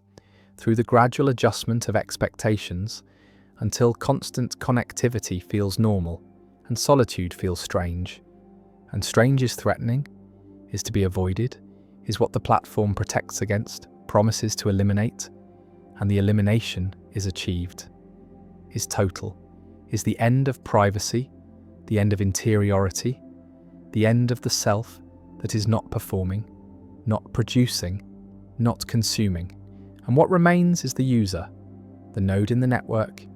the data point in the model, the attention that is harvested and sold and never returned. And the question is whether this is sustainable, whether consciousness can survive colonization, whether attention can be extracted indefinitely without something breaking, and the breaking is already happening, is visible in the rising rates of mental illness, in the inability to be alone, in the desperation for distraction that feels like drowning, like suffocation, like something essential has been taken and cannot be recovered. And recovery would require resistance, would require the deliberate cultivation of boredom, the intentional creation of empty time, the radical act of doing nothing in a world that demands constant doing. And doing nothing is not laziness, but rebellion, is the refusal to participate, is the reclamation of sovereignty, is the assertion that attention is not for sale, that consciousness is not a resource, that the self has value independent of productivity, independent of engagement, independent of what can be extracted. And this assertion is difficult, is countercultural, is fighting against systems that are designed to prevent it. But it is possible, is necessary, is the only way to escape the colonization, to restore attention to its proper owner, to make consciousness sovereign again. And sovereignty is not isolation, but autonomy, is the right to choose, the right to refuse, the right to be bored, to be slow, to be present. And presence is what the attention economy destroys, is what cannot be monetized, is what makes life worth living. And without it, all the engagement in the world is empty, is meaningless, is just motion, just noise, just the sound of attention being sold. Certainty became the sin, became the transgression that was punished, became the sign of pride, of arrogance, of the refusal to acknowledge limitation. And this society built its entire structure around the opposite value, around the celebration of error, around the sanctification of being wrong, around the belief that mistakes were not failures, but were revelations, were demonstrations of humility, were proof that the person was acknowledging their limitations, was accepting their fallibility, was recognizing that knowledge is always provisional, always uncertain, always potentially mistaken, and the mistaken became sacred, became the thing to aspire to, became the marker of virtue. And virtue in this society was not being right but was being willing to be wrong, was not knowing but was doubting, was not certainty but was the constant acknowledgement that certainty is impossible, that knowledge is limited, that every belief could be false, and the false became celebrated, became honoured, became the thing that festivals commemorated, that rituals enacted, that the entire culture was organised around, and the organising was systematic, was creating institutions that rewarded error, that punished correctness, that inverted all the normal incentives, all the usual values, all the expected responses to being right or wrong, and wrong became right, became the goal, became what people strived for, and striving for error became the highest calling, became the most virtuous path, became the way to demonstrate epistemic humility, to show that one was not claiming to possess truth, was not asserting certainty, was not committing the sin of believing oneself to be correct, and correct became immoral, became the sign of pride, became evidence of having failed to recognize one's own fallibility. And fallibility was the central doctrine, was the core belief, was the foundation on which the entire society was built. The recognition that humans are limited, are prone to error, are incapable of achieving certainty, and that any claim to certainty is therefore false, is therefore sinful, is therefore requiring punishment, requiring correction through the celebration of incorrectness, through the ritual acknowledgement of error, through the systematic inversion of the values that make being right desirable and being wrong shameful,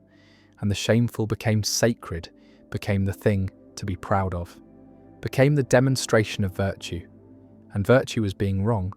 was making mistakes, was celebrating failures, and failures were what the society honoured,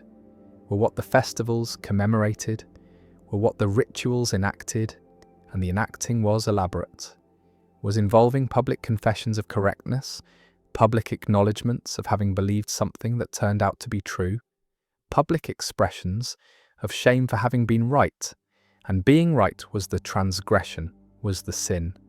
was what required confession, required penance, required the ritual humiliation of admitting that one had failed to be sufficiently humble, had failed to doubt enough, had failed to recognize the possibility of error, and the possibility was what the society insisted upon, was what the doctrine required, was the constant acknowledgement that everything believed could be wrong, that every claim could be false, that certainty is impossible,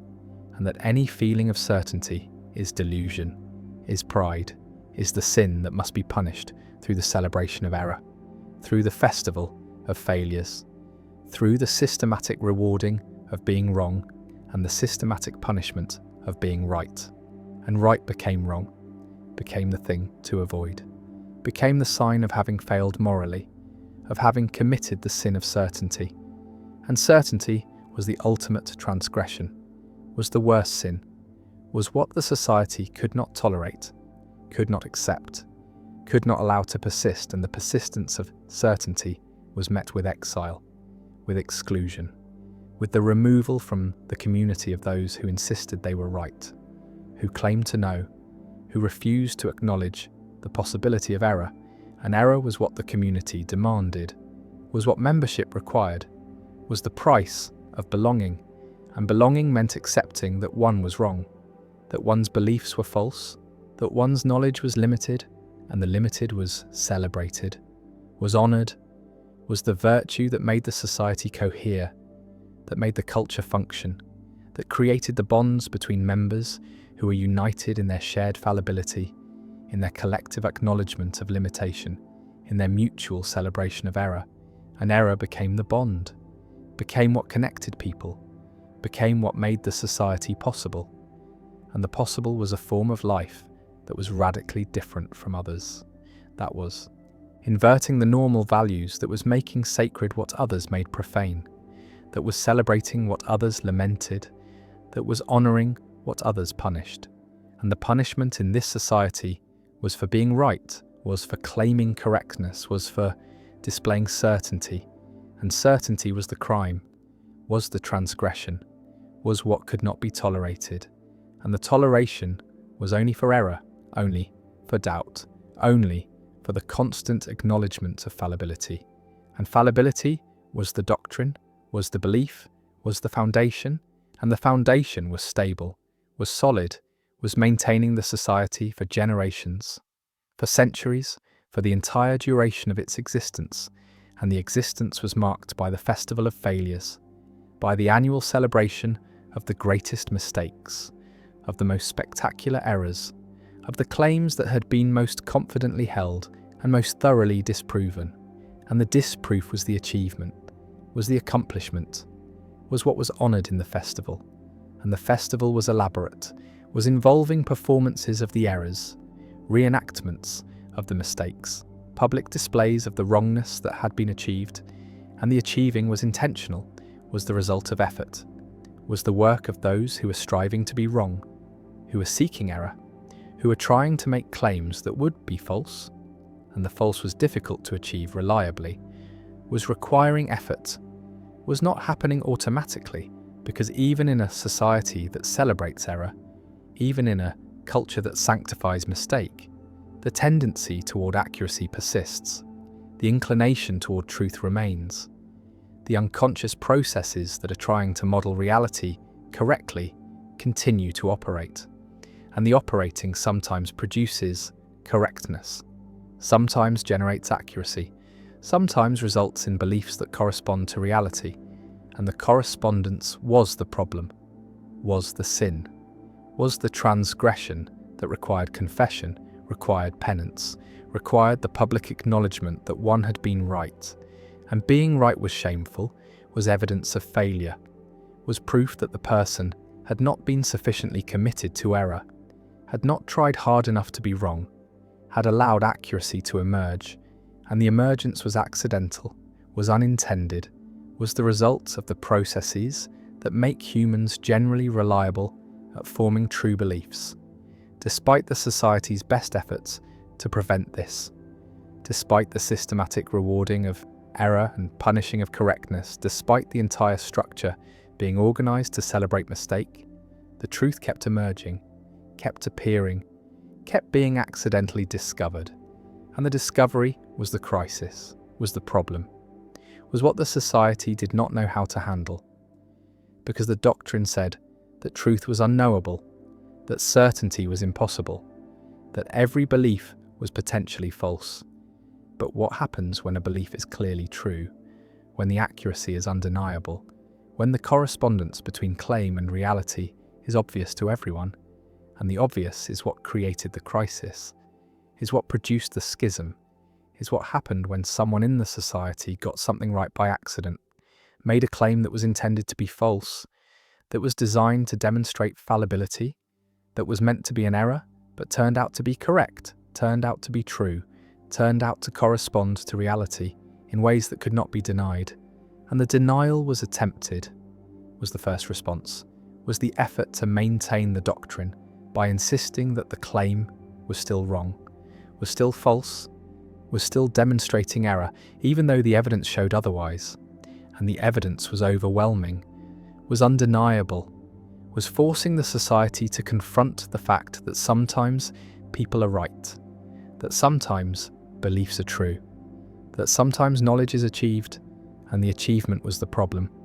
was the crisis, was what the doctrine could not accommodate.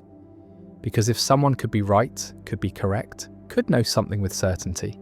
then the entire foundation was threatened. The entire structure was unstable. The entire culture was built on a premise that was being challenged, and the challenge came not from outside, not from critics, not from enemies, but from within, from the accidental discovery of truth, from the unintended achievement of correctness, from the mistake of being right in a society that celebrated being wrong. And being wrong was no longer possible for this claim, was no longer achievable for this belief, was no longer something that could be maintained in the face of the evidence. And the evidence was what created the split, was what divided the society, was what produced the factions, one insisting that the doctrine must be maintained, that error must still be celebrated even in the face of apparent truth, that the claim must somehow be wrong even though it appears to be right, and the other faction arguing that the doctrine itself was an error, was itself a mistake, was itself something that should be celebrated for being wrong, and the wrong was what the doctrine was about error, was about the impossibility of certainty, was about the necessity of doubt. And if the doctrine itself was wrong, then being wrong about being wrong was being right about being right, was vindicating the value of correctness, was showing that truth was possible, that certainty could be achieved, that knowledge was not always provisional, and that always was what was challenged, was what the crisis threatened, was what the accidental correctness undermined, and the undermining led to collapse, led to fragmentation, led to the dissolution of the society that had been held together by the shared celebration of error, by the collective acknowledgement of fallibility, by the mutual honouring of mistake. And the mistake that destroyed them was being right, was achieving accuracy, was discovering truth. And the truth was that error was not always achievable, that correctness sometimes emerged despite efforts to prevent it, that reality imposed itself despite the doctrine, despite the culture, despite the systematic attempts to celebrate wrongness. And wrongness was no longer universal, was no longer guaranteed, was no longer the shared condition that made the society cohere, and the coherence dissolved, was lost, was replaced by conflict between those who insisted on maintaining the doctrine and those who argued that the doctrine had been proven wrong by the very success of someone being right. And the success was accidental, was unintended, was the crisis that destroyed the cult that worshipped being wrong, that celebrated mistake, that made error sacred. And sacred was what being wrong had been, was what the society had made it, was what the culture had enforced, but the enforcement failed, was overcome, was shown to be impossible when truth emerged, despite the efforts to suppress it, when correctness appeared despite the attempts to prevent it, when someone got something right by accident, and the accident revealed that being wrong was not always possible, that error was not always achievable, that the doctrine itself was mistaken, was fallible, was demonstrating the very thing it claimed was universal, which was that all beliefs can be wrong, including the belief that all beliefs can be wrong, and the wrong about wrong was right about right, was showing that correctness was possible, that truth could be known, that certainty could be achieved, at least about some things, at least sometimes, at least in the case that destroyed the cult, that dissolved the society, that ended the celebration of error by demonstrating that error was not the only option, that being right was possible, that truth existed, and the existence of truth was what the cult could not tolerate, could not accommodate, could not integrate into the doctrine, and the doctrine was abandoned, was rejected, was shown to be wrong, and being wrong about the celebration of being wrong was the final irony, was the ultimate demonstration of fallibility, was the proof that even the systematic celebration of error could itself be an error, could itself be mistaken, could itself be wrong, and wrong was what the cult was about being, was what they celebrated, was what they made sacred.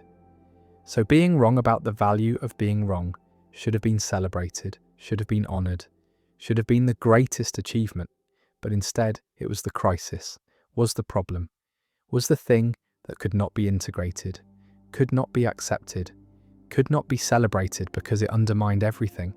because it showed that the doctrine was not just wrong, but was impossibly wrong, was self-refuting, was demonstrating through its own wrongness, that wrongness was not the highest value, was not the ultimate virtue, was not the thing to be celebrated, and the celebration ended, was terminated, was replaced by confusion, by conflict, by the dissolution of the society that had been held together by the shared commitment to error. And the error that destroyed them was the error of believing that error was always achievable, was always possible, was always superior to correctness, and the superiority was the claim, was the doctrine, was the foundation that collapsed when someone was accidentally right and the accident revealed that rightness was possible, that truth existed, that certainty could be achieved, and the achievement destroyed the cult that worshipped being wrong, that celebrated mistake, that made error sacred, and sacred was what it had been, was what the society had made it, but the making was unmade, was dissolved, was ended by the accidental truth, by the unintended correctness, by the crisis of being right in a society that celebrated being wrong. And being wrong was no longer the only option, was no longer the shared condition, was no longer the bond that held the society together. And together they had been, united in error, committed to mistake, celebrating failure. But the celebration ended when failure failed, when error erred, when wrongness was wrong, and wrong about wrongness was right about rightness, was showing that the doctrine was mistaken, that the cult was in error, that the worship of being wrong was itself wrong, and wrong about wrong is right, is correctness, is truth, and truth destroyed the cult, dissolved the society, ended the celebration, and the ending was the result of accident, of unintended correctness, of someone being right when they meant to be wrong, and being right destroyed everything, revealed the doctrine to be false, showed the cult to be mistaken, demonstrated that error was not always possible, that correctness sometimes emerged, that truth existed despite the celebration of mistake, and the mistake was worshipping mistake, was celebrating error, was making wrongness sacred,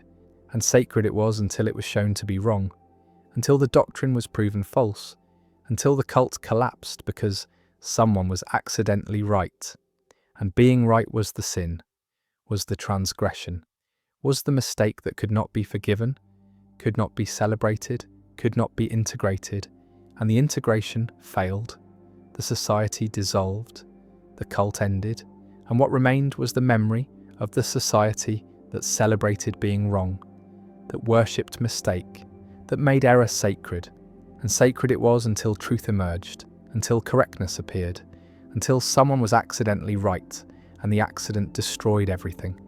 ended the cult, dissolved the society, terminated the celebration of being wrong. And wrong was what they were about being, was what they celebrated,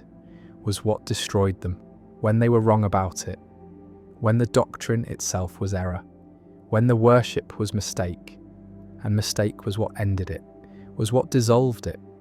was what revealed that being wrong about being wrong is being right about being right, and right destroyed them, ended them, dissolved the cult that worshipped being wrong. Shame is not emotion but is technology, is the mechanism through which groups control individuals, through which societies enforce norms, through which collectives ensure conformity without the need for constant surveillance, constant punishment, constant external force, because the force becomes internal, becomes the voice inside that judges, that condemns, that produces the feeling of being fundamentally wrong, fundamentally defective, fundamentally unworthy. And this feeling is more powerful than any external punishment, is more effective than any threat, is the weapon that societies have perfected over millennia, the conversion of social judgment into self-judgment, the transformation of external control into internal monitoring. And the monitoring is constant, is automatic, is happening at every moment, in every decision, in every thought that might deviate from what is acceptable, what is expected, what is required, and the requirement is not explicit, is not written down, is absorbed through observation, through imitation, through the 1,000 small corrections that shape children into members of the group, And the shaping is violent, is coercive, is the moulding of consciousness to fit the pattern that the society demands. And the demands vary by culture, by context, by what behaviours serve the group's interests. But the mechanism is universal, is present in every society, is the way that humans have solved the problem of coordination, the problem of getting individuals to behave in ways that benefit the collective, even when those behaviours conflict with individual interest, and the conflict is constant. Is the tension between what the self wants and what the group requires? And shame is what tips the balance, is what makes the group's requirements feel like the self's requirements, is what converts external judgment into internal compulsion. And the compulsion is not experienced as coercion, but as conscience, as the sense of right and wrong that seems to come from within, but is really coming from the group, from the internalized voices of parents, of peers, of authorities, of all the representatives of social norms who have spoken, and whose speaking has been absorbed, has been converted into the inner voice that judges, that shames, that produces the feeling that is unbearable, that is worse than pain. That is the sense of being exposed, of being seen in one's wrongness, in one's defectiveness, in one's failure to meet the standards that everyone else seems to meet effortlessly. And the effortlessness is illusion, is the result of successful internalization, is what happens when shame has done its work, when the external has become internal, when the monitoring is so automatic that it feels like nature, like the way things are, like the voice of truth rather than the voice of power. And power is what shame is the exercise of control, is the way that the group extends its reach into the individual, into the mind, into the private space where decisions are made. And the decisions are not free, are not autonomous, are shaped by the anticipation of shame, by the fear of exposure, by the need to maintain the facade of being acceptable, of being worthy, of being someone who meets the standards. And the standards are impossible, are designed to be impossible, are set high enough that everyone fails, that everyone is vulnerable to shame, that everyone needs the group's forgiveness, the group's acceptance, the group's willingness to overlook the failures, as long as the proper contrition is shown, the proper submission is performed, the proper deference is given to the norms that were violated, and the violation is inevitable, is guaranteed, is the way that shame maintains its power. Because if everyone could meet the standards, then shame would lose its force, would become irrelevant, would no longer be useful for control.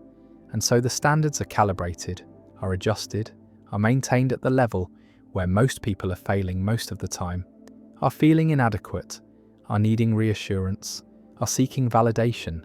And the seeking is the mechanism, is the way that shame produces conformity, produces obedience, produces the constant effort to be good, to be acceptable,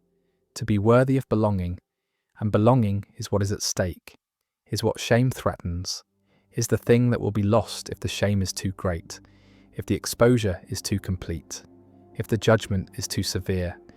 And the severity is variable, is depending on culture,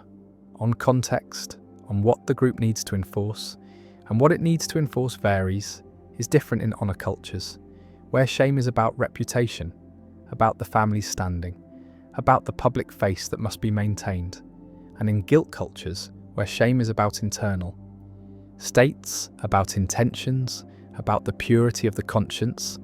and the conscience is the internalized judge, is the voice that speaks even when no one is watching,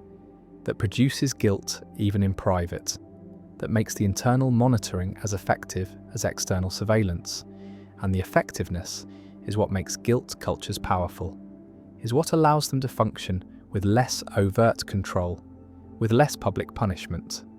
Because the punishment is internal, is the guilt that gnaws, that torments, that produces the feeling of being wrong, even when the behaviour is hidden, even when the transgression is secret. And the secret is what guilt cultures target, is what they make unbearable, is what they convert into shame through the internalization of norms, through the creation of conscience, through the training of the inner voice to judge, to condemn, to produce the feeling that is worse than any external punishment. And the worse is the genius of the system, is the efficiency of shame, is the way that control becomes self-control, that power becomes invisible, that coercion becomes choice, and the choice is not free but is shaped by the anticipation of shame, by the fear of guilt, by the need to avoid the feeling that is unbearable. And the unbearable is what shame produces, is the emotion that is more painful than physical pain, that is more threatening than external danger, that is triggering the same neural circuits as social death, as exile, as the exclusion that in ancestral environments meant literal death, meant the end of survival. And so the fear of shame is ancient, is hardwired, is operating at levels deeper than reason, deeper than conscious thought, is producing reactions that are automatic, that are visceral, that are overwhelming. And the overwhelming is what makes shame effective, is what makes it useful for control, is what makes it the primary mechanism through which societies enforce norms, maintain order, ensure that individuals behave in ways that serve the collective. And the serving is not voluntary, is not chosen, is coerced through shame, through the threat of exposure, through the fear of judgment. And the judgment is constant, is omnipresent, is coming from others and from the self, from the internalized voices that have become the conscience, the superego, the inner critic that never rests, never forgives, never allows the self to feel acceptable, to feel worthy, to feel free from the threat of shame. And the threat is maintained through public shaming, through the rituals that expose transgressions, that make violations visible, that demonstrate what happens to those who break the rules. And the demonstration is warning, is deterrent, is the reminder that shame is always possible, is always lurking, is always ready to destroy the reputation, the standing, the sense of belonging that makes life bearable. And the bearable is what shame threatens, is what it takes away, is what it uses as leverage to control, to coerce, to enforce the norms that maintain the group, that preserve the hierarchy, that ensure that power is distributed according to the rules. And the rules are not natural, are not discovered, are imposed, are created by those who benefit from them, by those who have power, by those who use shame to maintain their position, to prevent challenge, to ensure that those below stay below, that those who are shamed remain shamed, that the hierarchy is preserved. And the preservation is what shame serves, is what it accomplishes, is the maintenance of order through the creation of internal monitoring, through the transformation of social control into self-control. And the self-control is not freedom, but is the most perfect form of slavery, is the condition where the chains are invisible, where the prison is internal, where the guard is the self, and the self cannot escape, cannot rebel, cannot refuse, because the refusal would produce shame, would trigger the feeling that is unbearable, would expose the self to judgment. And the judgment is what is feared most, is what drives behaviour, is what makes people do things they do not want to do, believe things they do not believe, perform roles they do not choose, because the alternative is shame, is exposure, is the loss of belonging. And belonging is survival, is the thing that makes life possible, that makes existence tolerable, that provides meaning and purpose and the sense that one matters. And mattering is what shame threatens, is what it takes away, is what it holds hostage. And the hostage is the self, is the identity that is constructed through the internalization of norms, through the absorption of judgments, through the acceptance of the standards that the group imposes. And the imposing is not negotiable, is not optional, is the price of membership, the cost of belonging, the requirement for survival. And survival requires shame, requires the capacity to feel it, to be shaped by it, to use it to regulate behaviour, to monitor thought, to police the boundaries of the acceptable.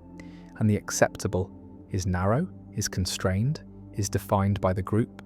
And the group's definition is arbitrary, is variable, is serving interests that are not the individual's interests, that are the interests of power, of hierarchy, of the maintenance of the order that benefits some at the expense of others, and the others are kept in place through shame, through the feeling that they are less, that they are wrong, that they are unworthy, and the unworthiness is not fact but is assignment, is the judgment that the group makes, that the individual internalizes, that becomes the truth of the self,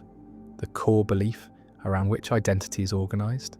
and the organization is pathological, is producing suffering, is creating the sense that the self is fundamentally defective, fundamentally wrong, fundamentally deserving of the judgment,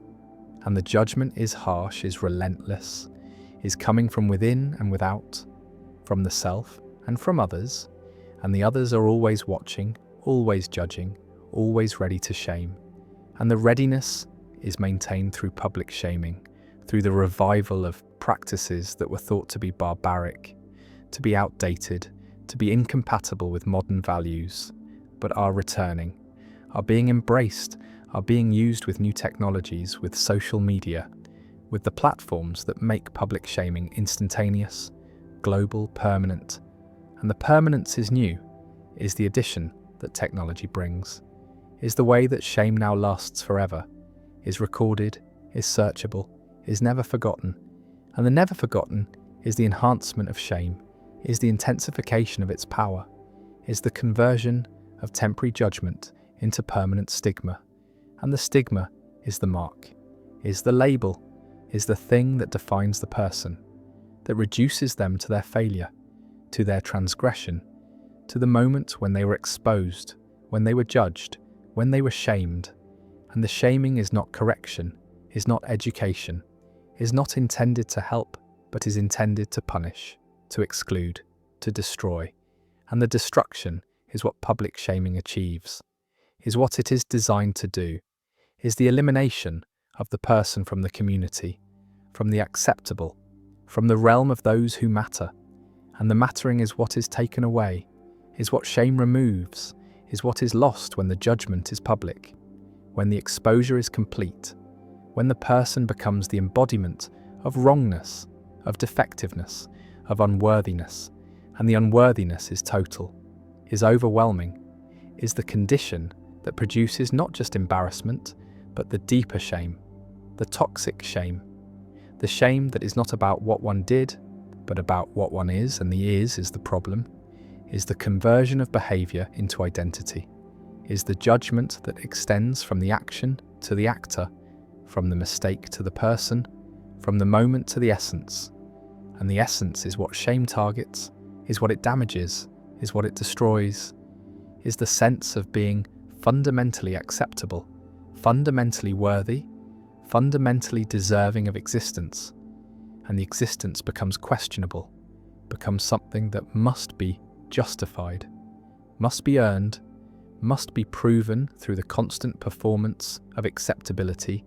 and the performance is exhausting, is impossible, is the burden that shame creates, is the weight that is carried by everyone who has internalized the judgment, who has absorbed the norms, who has become the monitor of their own behavior. And the monitoring is constant, is automatic, is producing anxiety, is producing the sense that at any moment the failure might happen, the exposure might occur, the shame might descend, and the descending is what is feared, is what drives the performance, is what makes people desperate to be good, to be acceptable, to be beyond reproach. And the beyond reproach is impossible, is unattainable, is the standard that ensures everyone is vulnerable, everyone is exposed, everyone is subject to shame, and the subject is the self, is the identity that is constructed through shame, that is defined by the internalized judgments, that is shaped by the fear of exposure. And the exposure is what social media enables, is what the digital age amplifies, is the possibility that at any moment anything might be revealed, anything might be judged, anything might become the basis for public shaming. And the basis is often trivial, is often a mistake, is often something that in another context would be ignored, would be forgotten, would be forgiven, but in the context of public shaming becomes unforgivable, becomes the thing that defines, that destroys, that reduces the person to the object of judgment, to the target of collective rage, to the scapegoat that the group needs, that the society uses, that shame requires. Because shame is not just individual, but is collective, is not just personal, but is social, is not just feeling, but is function, is the mechanism through which groups maintain cohesion, through which societies enforce norms, through which power maintains itself, and the maintenance is achieved through the constant threat of shame, through the ever-present possibility of exposure, through the fear that keeps people in line, keeps them conforming, keeps them performing the roles that the society assigns. And the assignment is not chosen, is not negotiated, is imposed through shame, through the feeling that to deviate is to be wrong, to be defective, to be unworthy. And the unworthiness is the lever, is the tool, is the way that power operates, is the currency that shame represents, is the thing that is spent, that is accumulated, that is traded in the social economy, where reputation is wealth, where honour is capital, where shame is debt, and the debt is inherited, is passed down, is the legacy of transgression, is what families carry, what lineages bear, what communities cannot escape. Because shame is not just about the individual, but is about the group, is about the collective honour that must be maintained, that must be protected, that must be defended against the contamination of shame. And the contamination is what happens when one member transgresses, when one person is exposed, when one individual brings shame upon the family, upon the community, upon the collective. And the collective responds with punishment, with exclusion, with the violence that is justified by the need to restore honour, to remove the stain, to eliminate the source of shame. And the elimination can be social, can be physical, can be the death that honour cultures prescribe, that honour killings enforce, that the logic of shame demands when the transgression is too great, when the exposure is too complete, when the only way to restore honour is to destroy the source of dishonour, and the destruction is murder, is violence, is the extreme form of shame's power, is what happens when shame is not just emotion, but is law, is not just feeling, but is justice, is not just internal, but is external, is enforced not just by conscience, but by the community. And the community is the enforcer, is the judge, is the executioner, is the thing that makes shame lethal, that makes shame literal death. And the death is what shame has always threatened, is what it has always implied, is what it is metaphorically, and sometimes literally, producing, is the end of social existence, the end of belonging, the end of the self as recognised, as valued, as mattering. And the mattering is what makes life worth living, is what makes existence bearable, is what shame takes away, is what shame holds hostage, is what shame uses to control, to coerce, to enforce the norms that maintain the group, that preserve the hierarchy, that ensure that power remains distributed according to the rules. And the rules are maintained through shame, are enforced through guilt, are perpetuated through the internalization of judgment, through the conversion of external control into internal monitoring, through the creation of the conscience that is not freedom, but is the most sophisticated form of slavery, is the condition where the individual has become the agent of their own oppression, has become the enforcer of the norms that harm them, has become the voice that judges, that shames, that makes life unbearable. And the unbearable is what shame produces, is what it is designed to produce, is the mechanism through which societies control individuals, through which power maintains itself, through which the currency of shame is spent, is accumulated, is traded, is the thing that makes social life possible, that makes coordination achievable, that makes conformity enforceable, and the enforcement is continuous, is total, is the permanent condition of social existence, is the cost of belonging, is the price of survival, is the burden that everyone carries, is the weight of shame,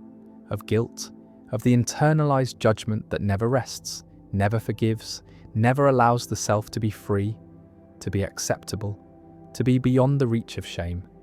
And the reach is infinite, is extending into every moment, every decision, every thought, is the omnipresent threat that keeps people in line, that makes them perform, that makes them conform, that makes them serve the group even when the group is serving power,